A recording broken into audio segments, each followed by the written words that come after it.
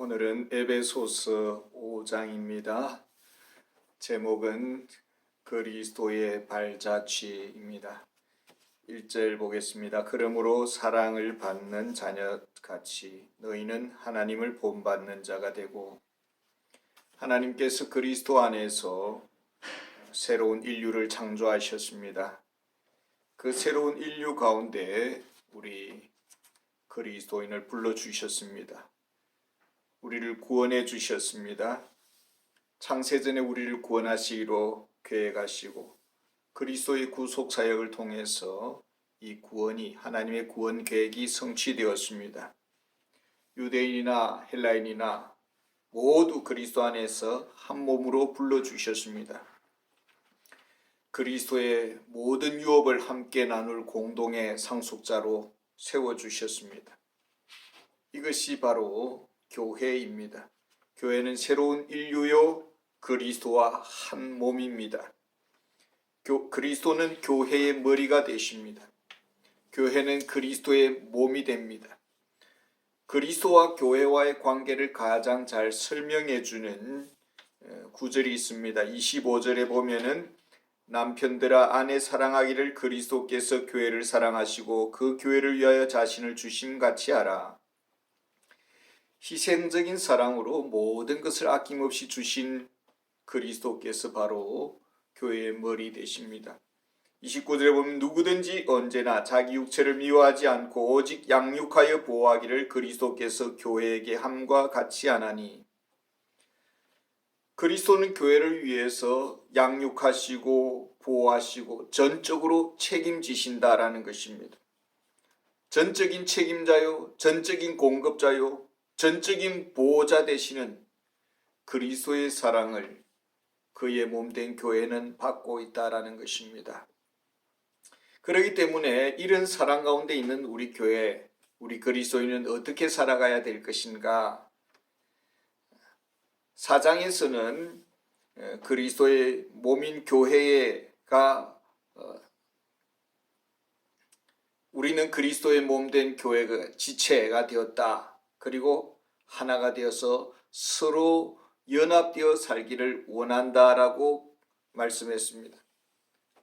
겸손하기를 원한다라는 거죠. 그리고 이방인처럼 타락한 그런 삶을 살기를 원하지 않는다. 정말 그리스도인은 세상과는 구별된 특별한 그런 삶을 살기를 원한다라는 것입니다. 이것이 에베소서 4장의 내용이었습니다. 5장에서는 계속해서 우리가 어떻게 살아갈 것인가를 말해주고 있습니다.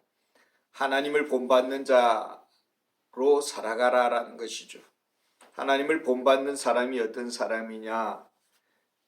2절에 보면은 사랑 가운데서 행하라. 그리고 8절에 빛의 자녀들처럼 행하라. 15절에 오직 지혜 있는 자같이 하라. 그렇게 말씀하고 있고 21절에 보면은 서로 피차 복종하라 라고 그렇게 말씀을 하고 있습니다. 세상 사람들의 삶의 모습은 우리 그리스도인과는 전적으로 반대가 되는 것입니다. 겸손이 아니라 교만하고요.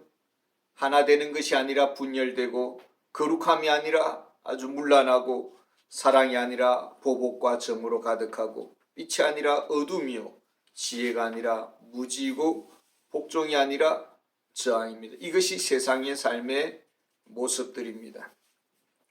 우리 기독교는 세상과 전혀 다르다라는 것입니다. 하나님을 본받는 자로 살아가기 위해서는 어떻게 합니까? 2절에 보면은 그리스도께서 너희를 사랑한 것 같이 너희도 사랑 가운데서 행하라. 그는 우리를 위하여 자신을 버리사 향기로운 제물과 희생 제물로 하나님께 드리셨느니라. 사랑 가운데 행하라고 하십니다. 그 사랑은 어떤 사랑입니까? 그 사랑의 모델로서 누구를 가르치고 있습니까? 그리스도께서 우리를 어떻게 사랑하셨습니까? 향기로운 제물이 되셨다라고 말씀을 하고 있습니다. 자원하는 사랑, 또 무조건적인 사랑으로 우리를 위해서 하나님께 자신의 몸을 바쳤다라는 것입니다. 희생제물이 되셨다라고 말씀을 하고 있습니다. 자신을 십자가의 희생제물로 죽음에 내어주셨습니다. 왜 예수님께서 십자가의 희생제물로 죽음에 내어주셨습니까? 희생하셨습니까? 요한일서 2장 12절에 보면은 자녀들아 내가 너희에게 쓰는 것은 너희 죄가 그의 이름으로 말미암아 사함을 받았음이요. 그리스도의 사랑은 어떤 사랑이냐? 우리의 죄를 용서하신 사랑이다라는 것입니다. 우리가 사랑하노라고 하면서 여전히 미워합니다. 사랑한다고 하면서 과거의 죄를 하나하나 덜추어냅니다. 되씹습니다. 이것은 사랑이 아닌 것입니다. 사랑이란 상대방의 죄를 하나님께서 우리의 죄를 완전히 용서하셨듯이 우리도 완전히 깨끗하게 용서하는 것입니다. 완전하게 잊어버리는 것입니다. 이것이 사랑이다라는 것입니다. 사도 바울은 거짓된 세상적 사랑을 이렇게 말해주고 있습니다. 3절에 보면은 음행과 온갖 더러운 것과 탐욕은 너희 중에서 그 이름조차도 부르지 말라. 이는 성도에게 마땅한 바니라. 사랑한다고 하면서 혼의 성관계를 요구를 하고 또 사랑한다고 하면서 상대방의 가치를 무너뜨리는 행위를 하고 상대방을 이용해 먹으려고 하고 빼앗으려고 합니다. 이것이 바로 세상적인 거짓 사랑이다라는 것입니다. 이런 사랑은 우리가 근처에도 가지도 말고 상상하지도 말고 그 이름조차 부르지 말라라는 것입니다. 사랑하고 용서의 삶을 산다면 어떻게 그 언어 생활이 바뀌는 것입니까? 4절에 보면은 누추함과 어리석은 말이나 희롱의 말이 마땅치 아니하니 오히려 감사하는 말을 하라. 우리가 사랑한다면은 상대방의 장점을 생각을 하고 상대방의 덕을 생각을 하고 상대방의 체면을 먼저 생각을 하고 감사할 것을 기억을 하는 이것이 사랑의 표현 방식이다라는 것이죠. 사랑에서 벗어난 자, 세상적 사랑 가운데서 사는 자는 결국 그 정체가 무엇입니까?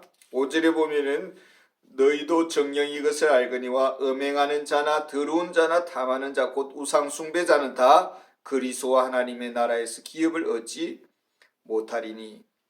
한마디로 구원받지 못한 자다라는 것입니다. 불신자들에 대한 그리스도인의 그 관계는 어떻게 해야 되는 것입니까? 7절에 보면은 그러므로 그들과 함께하는 자가 되지 말라. 불신자는 우리 그리스도인의 전도의 대상은 될 수 있지만은 교제의 대상은 되지 않는다라는 것입니다. 세상 사람들과 더불어 너무나 밀접한 그런 관계 속에 엮여서는 안 된다라는 것입니다. 8절에 너희가 전에는 어둠이더니 이제는 주 안에서 빛이라. 빛의 자녀들처럼 행하라. 과거에 이방인으로 있었던 에베소 성도들의 삶의 모습은 어땠습니까? 어둠이었습니다. 사단의 통치 아래에 있었습니다. 하나님의 진노 형벌 아래에 있었습니다. 영원한 지옥으로 갈 운명이었습니다. 이제 주 안에서 빛이다 라고 말씀하고 있습니다. 마태복음 5장 14절에 보면 너희는 세상의 빛이다. 산에 있는 동네가 숨겨지지 아니할 것이다 이렇게 말씀했습니다. 고린도후서 4장 6절에 보면은 어두운 데 빛이 빛이라 말씀하시던 그 하나님께서 예수 그리스도의 얼굴에 있는 영광을 아는 빛을 우리 마음에 비추셨느니라. 그리스도께서 비추신 빛은 우리에게 어떻게 나타나느냐라는 것입니다. 9절에 보면 빛의 열매는 모든 착함과 의로움과 진실함에 있느니라. 다른 사람과의 관계에서 모든 착함으로 나타난다라는 것입니다. 다른 사람의 유익에는 아주 적극적이다라는 것이죠. 그리고 하나님과 관계에 있어서 의롭다라는 것입니다. 나 자신과의 관계에 있어서는 신실하다, 진실하다라는 것입니다. 그래서 이 빛이란 지식적인 측면에서는 진리를 추구하고 도덕적인 측면에서는 아주 탁월한 그런 도덕성을 가지고 있습니다. 빛의 열매가 우리 그리스도인에게서 잘 나타나지 않을 수가 있습니다. 빛의 열매가 메말라갑니다. 어디에 문제가 있을까요? 그리스도인의 삶 속에 죄라는 것은 빛의 열매를 흐리게 만들고 빛의 열매를 떨어뜨리게 하고 빛의 열매가 줄어들게 만드는 것입니다. 전혀 세상에 영향을 주지 못하는 그런 빛의 자녀가 될 수가 있는 것입니다. 명목상의 그리스도인이 되는 것입니다. 진정으로 빛의 자녀인가를 확인할 수 있는 그 길이 무엇입니까? 빛의 열매가 나타나기를 확인해 보아야 된다라는 것입니다. 내 삶 속에 정말 모든 선함이 나타나는가, 의로움이 나타나는가, 진실함이 나타나는가를 확인해야 된다라는 것입니다. 자녀는 그의 아버지를 닮는 것이 마땅한 것이죠.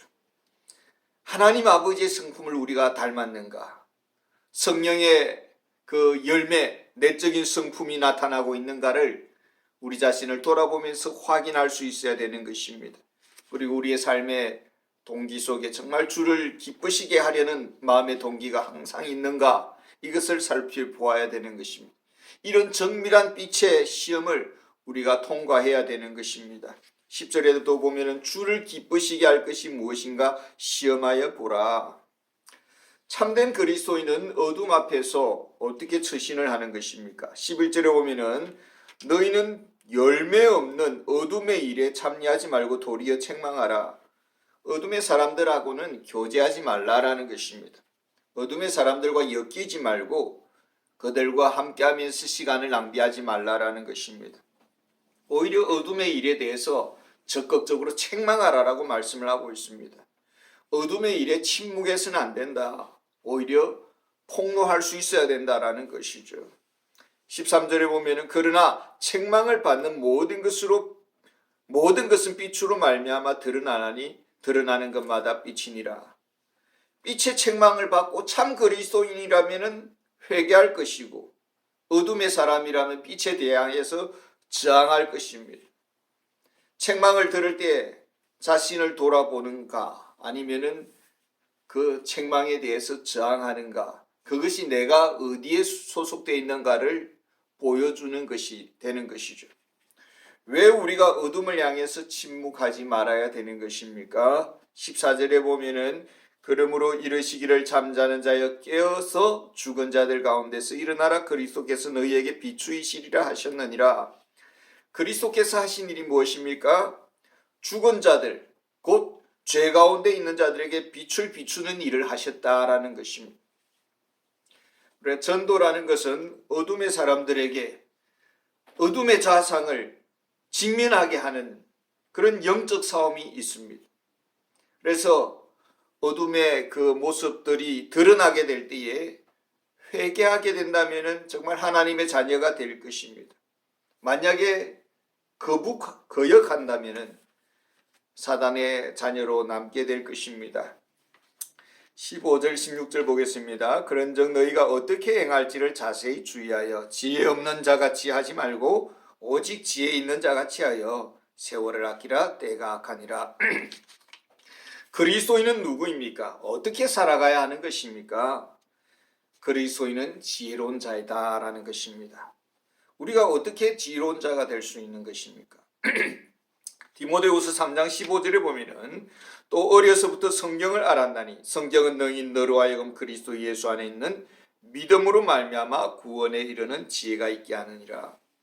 이 지혜와 구원이 동일선상에 있다라는, 어찌 보면은 그 순서가 지혜가 구원보다 앞서 있는 것을 볼 수가 있습니다. 고린도전서 1장 30절에도 보면은 너희는 하나님으로부터 나와서 그리스도 예수 안에 있고 예수는 하나님으로부터 나와서 우리에게 지혜와 의로움과 거룩함과 구원함이 되셨으니 이렇게 말씀합니다. 그리스도 안에 있는 자는 지혜와 의로움과 거룩함과 구원함을 소유한 자다라는 것입니다. 그리스도의 지혜가 우리의 것이 되었고 그리스도의 의로움이 우리의 것이 되었고 그리스도의 거룩함이 우리의 것이 되었고 그리스도의 구원함이 우리의 것이 되었다라는 것입니다. 지혜로운 자는 어떻게 살아갑니까? 어떻게 행할지를 자세히 주의하여 신중하게 살아가는 자이다. 조심해서 살아가는 자다라는 것입니다. 어떻게 신중하게 살아갑니까? 16절에 보면은 세월을 아끼라 때가 악하니라. 종말론적인 삶의 자세를 가지고 있습니다. 주님 오실 날을 바라보면서 살아갑니다. 주님 앞에서 설 날을 생각하면서 우리의 생의 짧음을 늘 의식하고 있는 것입니다. 내가 주님 앞에서 어떻게 하면은 이 짧은 세상을 가치 있게 살았노라고 그렇게 말할 수 있느냐, 설 수 있는가라는 것을 신중하게 생각하면서 살아간다라는 것입니다. 나에게 주어진 이 시간의 기회를 낭비하지 않는 것입니다. 어떻게 하면 나에게 주어진 이 짧은 생애를 하나님의 영광을 위해서 잘 사용할 것인가? 시간을 하나님의 영광을 위해서 잘 활용할 것인가를 신중하게 생각하면서 살아간다라는 것입니다. 이것이 지혜자의 태도입니다. 어리석은 자의 삶에 대해서 사도 바울이 주의를 주고 있습니다. 17절에 보면은 그러므로 어리석은 자가 되지 말고, 누가 어리석은 자입니까? 시편 14편 1절에 보면은 어리석은 자는 그 마음에 이르기를 하나님이 없다 하도다. 하나님을 부인하는 자가 어리석은 자입니다. 잠언 12장 15절에 보면은 미련한 자는 자기 행위를 바른 줄로 여긴다. 자기가 하나님이 되어 있습니다. 그리고 자기 말이 항상 옳고 자신이 모든 판단의 기준이 되고 오직 자기 뜻대로 해야 된다라고 고집을 하는 것이죠. 잠언 14장 9절에도 보면은 미련한 자는 죄를 심상히 여겨도, 심상히 여긴다는 것은 죄에 대해서 아주 두렵게 여기지 않는다는, 가볍게 여긴다는 거죠. 까짓것 하면서 죄를 저지르는 것입니다. 까짓것이란 이 꾀 속에서 영영 쇠고랑이 차는 것입니다. 잠언 1장 7절에 보면 미련한 자는 지혜와 훈계를 멸시하느니라. 어리석은 자는 하나님의 기준을 싫어하고 자기 자신이 기준이 되기를 원하는 것이죠. 지혜로운 자는 누구입니까? 오직 주의 뜻을 찾는 것입니다. 로마서 16장 19절에 보면 너희는 선한데 지혜롭게 악한데 미련하기를 원하노라. 정말 지혜롭게 살기를 원한다면 성경 말씀을 열심히 공부해야 됩니다.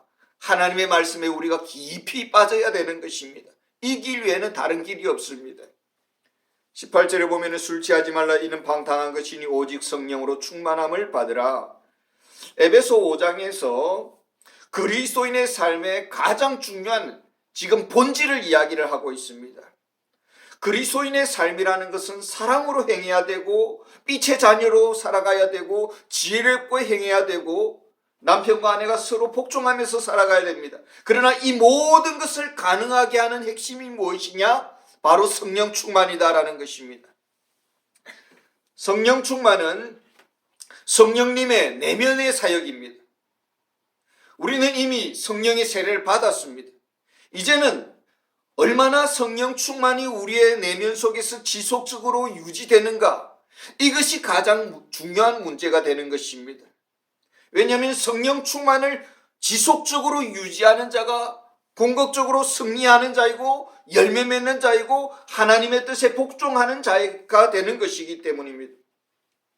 우리가 이전에는 참 그리스도인으로 잘 살아왔습니다. 근데 세월이 가면서 점점 감이 떨어지고 열매가 없어지고 그렇습니다. 어디에 문제가 있는 것입니까? 지속적인 성령 충만의 삶을 유지하지 못했기 때문에 그렇다라는 것입니다. 과연 그렇다면 성령 충만이라는 것은 무엇을 말합니까? 골로새서 3장 16절에 보면 그리스도의 말씀이 너희 속에 풍성하게 거하여 모든 지혜로 피차 가르치며 권면하여 시와 찬미와 신령한 노래를 부르며 감사하는 마음으로 하나님을 찬양하고. 성령님은 우리의 내면 속에 항상 그리스도의 말씀을 향하도록 그렇게 우리를 이끌어 가십니다. 그리스도와 일치하도록 우리를 인도하십니다. 우리의 마음의 눈이 항상 그리스도를 응시하도록 우리를 인도하십니다. 그리스도께 온전히 초점을 맞추도록 성령님은 우리를 이끌어 가십니다. 이것이 바로 성령 충만입니다. 그리스도에 관한 진리의 지배 당하도록 하는 삶이 바로 성령 충만의 삶이다라는 것입니다. 성령 충만할 때에 그리스도의 모든 계시에 우리가 순종이 가능해지는 것입니다. 그렇다면 성령 충만함이 없다면 순종의 역사는 일어나지 않습니다. 성경 지식으로 우리가 아무리 충만한다 할지라도 성령 충만함이 없다면 그리스도의 뜻에 우리가 복종할 수가 없기 때문입니다. 성령 충만의 첫 번째 결과가 어떻게 나타납니까? 19절에 보면은 시와 찬송과 신령한 노래들로 서로 화답하며 너희 마음으로 주께 노래하며 찬송하며. 성령 충만할 때에 마음으로부터 음악이 흘러나오게 된다라는 것입니다. 하나님의 위대하신 그 역사 앞에, 그 역사와 신학 앞에 시가 흘러나오는 것입니다. 딱딱한 신학이 나오는 것이 아니라 시로서 나타난다라는 것입니다. 그리고 하나님의 영광을 찬미하는 찬송이 흘러나온다라는 것입니다. 우리의 삶 속에서 역사하신 하나님의 그 은혜를 간증하는 노래가 나타난다라는 것입니다. 기독교의 역사가 뿌리가 깊은 그 유럽의 나라들 보면은 찬양이 얼마나 발달되어 있는지 모릅니다. 20절에 보면은 범사에 우리 주 예수 그리스도 이름으로 항상 아버지 하나님께 감사하며. 성령 충만의 결과가 감사의 사람으로 나타난다라는 것입니다. 범사의 하나님의 은혜 앞에 우리가 감사하는 것입니다. 그 다음에 21절에 보면 그리스도를 경외함으로 피차 복종하라. 성령 충만의 결과가 복종의 사람으로 나타난다라는 것입니다. 이제 복종의 문제를 사도 바울은 부부 관계에서 깊이 다루고 있습니다. 앞으로 계속 복종의 문제를 다루게 되는 것입니다. 성령 충만이 없다면 복종의 문제는 해결될 수 없다라는 것입니다. 이 복종의 문제가 해결될 수 없으면 가정은 항상 갈등과 문제의 늪에서 헤어나오지를 못할 것입니다. 그리스도인의 대인관계, 그리스도인이 세상 살아가는 데 있어서 이 복종의 문제는 너무나 중요한 문제다라는 것입니다. 22절에서 24절은 아내들에게 주시는 말씀입니다. 아내들이여 자기 남편에게 복종하기를 주께 하라. 이는 남편이 아내의 머리됨이 그리스도께서 교회의 머리됨과 같음이니 그가 바로 몸의 구주시니라. 그러므로 교회가 그리스도에게 하듯 아내들도 범사에 자기 남편에게 복종할지니라. 아내들이 남편에게 복종해야 된다. 이 복종의 모델이 누구입니까? 그리스도께서 교회의 머리됨과 같음이니 이것이 바로 모델입니다. 교회의 머리는 그리스도가 되십니다. 교회가 통치자이신 그리스도에게 복종하듯이 아내들도 남편에게 복종해야 된다 이렇게 말씀하고 있습니다. 아내의 머리라는 것은 무엇을 의미합니까? 남편은 아내의 영적인 수호자가 되고 영적인 보호자가 되고 축복의 통로가 되고 안전의 공급자가 되고 아내의 필요를 채워주는 자가 되는 것입니다. 아내를 위해서 모든 것을 책임지는 자가 되는 것입니다. 희생하는 것입니다. 그리스도께서 교회를 위해서 희생하시고 모든 것을 공급하듯이 남편들도 아내에게 이렇게 책임을 지는 자이죠. 그리스도께서 남편을 아내들에게 머리라는 권위를 위임해 주셨다라는 것입니다. 남편을 그리스도처럼 복종하라는 이 권위를 위임해 주셨습니다. 남편들은 아내에 대한 머리로서 책임을 다할 것이고 아내들은 남편을 그리스도와 같은 권위로 인정하고 복종하라라는 것입니다. 25절에서 33절까지 보겠습니다. 남편들아 아내 사랑하기를 그리스도께서 교회를 사랑하시고 그 교회를 위하여 자신을 주심같이 하라. 이는 곧 물로 씻어 말씀으로 깨끗하게 하사 거룩하게 하시고 자기 앞에 영광스러운 교회로 세우사 티나 주름 잡힌 것이나 이런 것들이 없이 거룩하고 흠이 없게 하려 하심이라. 이와 같이 남편들도 아내 사랑하기를 자기 자신같이 할지니 자기 아내를 사랑하는 자는 자기를 사랑하는 것이라. 누구든지 언제나 자기 육체를 미워하지 않고 오직 양육하여 보호하기를 그리스도께서 교회에게 함과 같이 하나니 우리는 그 몸의 지체임이라. 그러므로 사람이 부모를 떠나 그의 아내와 합하여 그 둘이 한 육체가 될지니 이 비밀이 크도다. 나는 그리스도와 교회에 대하여 말하노라. 그러나 너희도 각각 자기 아내를 사랑하기를 자신같이 하고 아내도 자기 남편을 존경하라. 남편들은 아내를 사랑해야 된다라고 말씀하고 있습니다. 그리스도께서 교회를 사랑하시듯이 그리스도께서 교회를 어떻게 사랑하셨습니까? 자신을 주심과 같이 하라. 자신을 주심과 같다라는 말은 무슨 뜻입니까? 교회의 구성원들, 우리들은 본래 죄인들이었습니다. 죄인은 하나님과의 원수가 되는 것이죠. 하나님의 진노의 대상이었습니다. 그러나 하나님께서 모든 희생을 지불하면서 그 죄를 다 용서해 주셨습니다. 이것은 하나님의 무한한 긍휼을 베풀어 주셨다라는 말씀이 되는 것입니다. 긍휼과 은혜를 입은 자들입니다. 이것이 바로 교회입니다. 아내들에 대해서 사도 베드로는 이렇게 말을 합니다. 베드로전서 3장 7절에 남편들아 이와 같이 지식을 따라 너희 아내와 동거하고 그를 더 연약한 그릇이요 또 생명의 은혜를 함께 이어받을 자로 알아 귀히 여기라. 이는 너희 기도가 막히지 아니하게 하려 함이라. 아내들은 강하지 않다라는 것입니다. 아내들은 연약한 그릇과 같다라는 것입니다. 부족함이 있고 완전하지 않습니다. 이 연약함을 먼저 이해하라는 것입니다. 약점을 배려하고 보완해 줘야 된다라는 것입니다. 아내의 필요를 공급해 줘야 된다라는 것입니다. 하나님께서 우리 죄인들을 긍휼히 여기시고 품어주셨듯이 그와 같은 사랑을 나타내야 된다라는 것입니다. 남편들은 아내에 대해서 어떤 영적 리더십을 가져야 합니까? 26절 27절에 보면 이는 곧 물로 씻어 말씀으로 깨끗하게 하사 거룩하게 하시고 자기 앞에 영광스러운 교회로 세우사 티나 주름 잡힌 것이나 이런 것들이 없이 거룩하고 흠이 없게 하려 하심이라.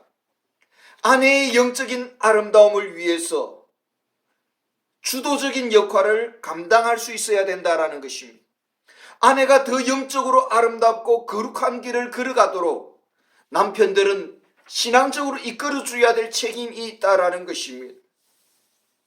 또한 29절을 보면은 누구든지 언제나 자기 육체를 미워하지 않고 오직 양육하여 보호하기를 그리스도께서 교회에게 함과 같이 하나니. 남편은 아내와 이 가정을 위해서 양육해야 될 책임, 보호해야 될 책임이 있다라는 것입니다. 사랑이란 책임의 문제가 따른다라는 것입니다. 책임지지 아니하면은 가정은 풍비박산 나는 것입니다. 아내와 가정의 필요를 공급해 주어야 되는 것입니다. 보금자리를 제공해 주어야 되고 안정감을 제공해 주어야 될 책임이 남편에게 있다라는 것입니다. 가정에서 큰 소리가 나지 않도록, 가정이 시끄럽지 않도록 영적으로 잘 이끌어가야 될 책임이 남편에게 있다라는 것입니다. 균형 있는 안정된 그런 가정의 그 영적인 리더십은 사실은 쉬운 문제가 아닌 것이죠. 얼마나 남편들이 영적인 고도의 그런 높은 품격을 가져야 되느냐라는 것을 우리에게 제시하고 있는 것입니다. 그러니까 결혼 생활이라는 것은 쉬운 문제가 아닌 것입니다.